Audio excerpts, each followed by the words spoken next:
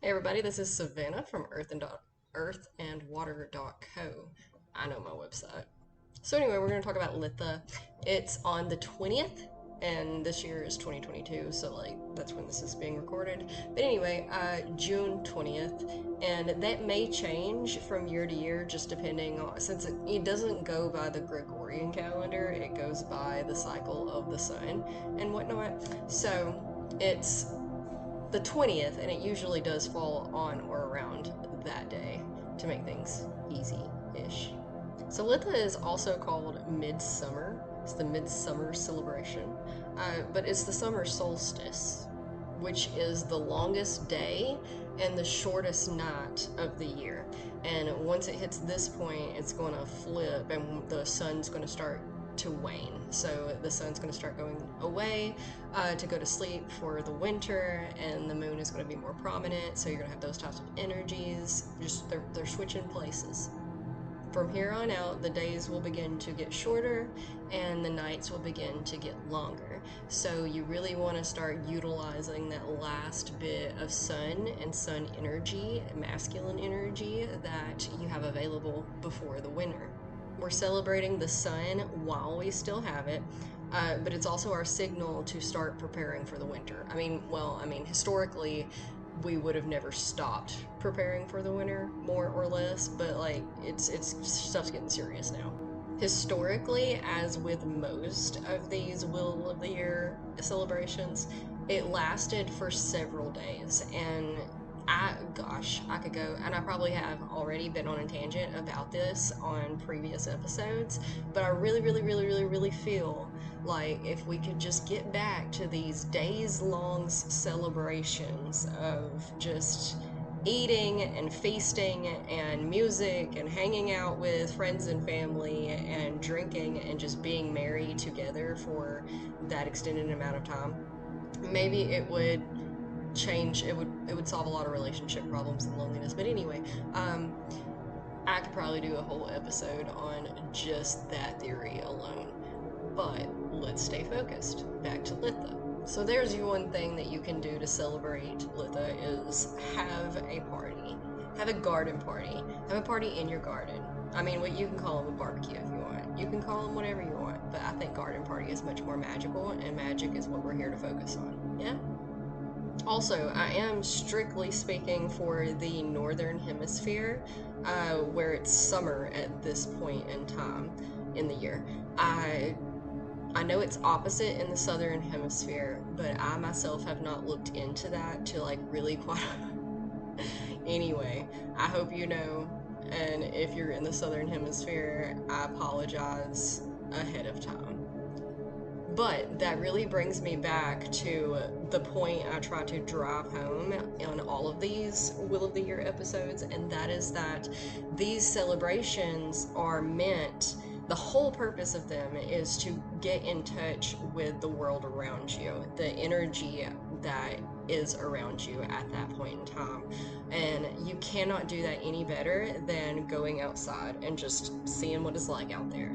That is 1,000%. You can read about these things all day long. You can get books on these things. You can listen to me and other people talk for hours about the same stuff.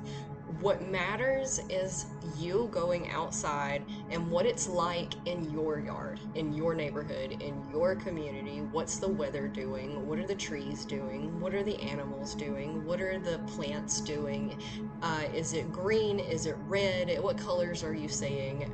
Those are the types of things that you're going to want to look for and think of when you're working with these energies in meditation or energy work or manifesting or whatever you're using these energies for. But so that being said, the general aspects that are associated with Litha are the sun. As we said, it's the last celebration of the sun, and from here on out, it's going to be the moon's time to dance. Abundance, because generally this time of year it's a harvest. All of these are harvests, and That's something we've really lost touch with, is the harvests and the food, and most importantly the food that comes out of our community, you know, local grown stuff and whatnot. So with food readily available to most of us, and I'm even hesitant to say that just considering when I'm recording this. But anyway, we're not going to get into politics or world affairs if we can help it. We're here to focus on the energy and the magic and bringing more of that back into our lives and those around us. So I highly recommend always going and meditating outside. Soak up the sun, make a flower crown, take action on your goals, express gratitude for the light, celebrate abundance, and practice sun salutations. And yeah, I read that off a list over here on the accompanying blog post that goes with this episode. So you don't have to write everything down. You don't have to take notes if you don't want to. I mean, if you want to, go for it. But I do have it all written down over on the accompanying blog post. Once again, earthandwater.co. Just search Litha on that. You can Google it, Litha, earthandwater.co, if you want. I don't know, whatever, however you want to look into that. I'll post it, or I'll post the link around here somewhere too. Anyway, moving on. Good crystals to work with during this time are citrine, tiger's eye, amber, and clear quartz. And you'll notice the correlation with those and the sun if you're familiar with crystals. I really would like for you to take this time to think about the upcoming winter. A lot of us get the seasonal depressions. You know, those are never fun. So really make a list if you can, if you need to, and start preparing for your mental health in the winter now while the sun is still here. Okay, grasp the last bit of that sunshine that you can and just hold it in your heart and radiate it throughout your house and home, and do what you can with that.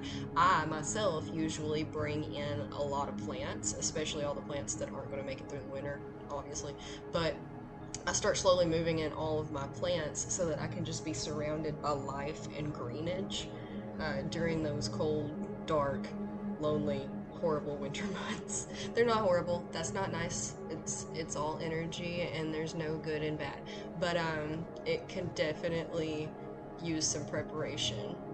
Lighting is a really good one. It's there's whole anxiety lights that you can buy. I have one. They're fabulous. It's like 10,000 looms or something. I know very little about that kind of stuff, but super bright light.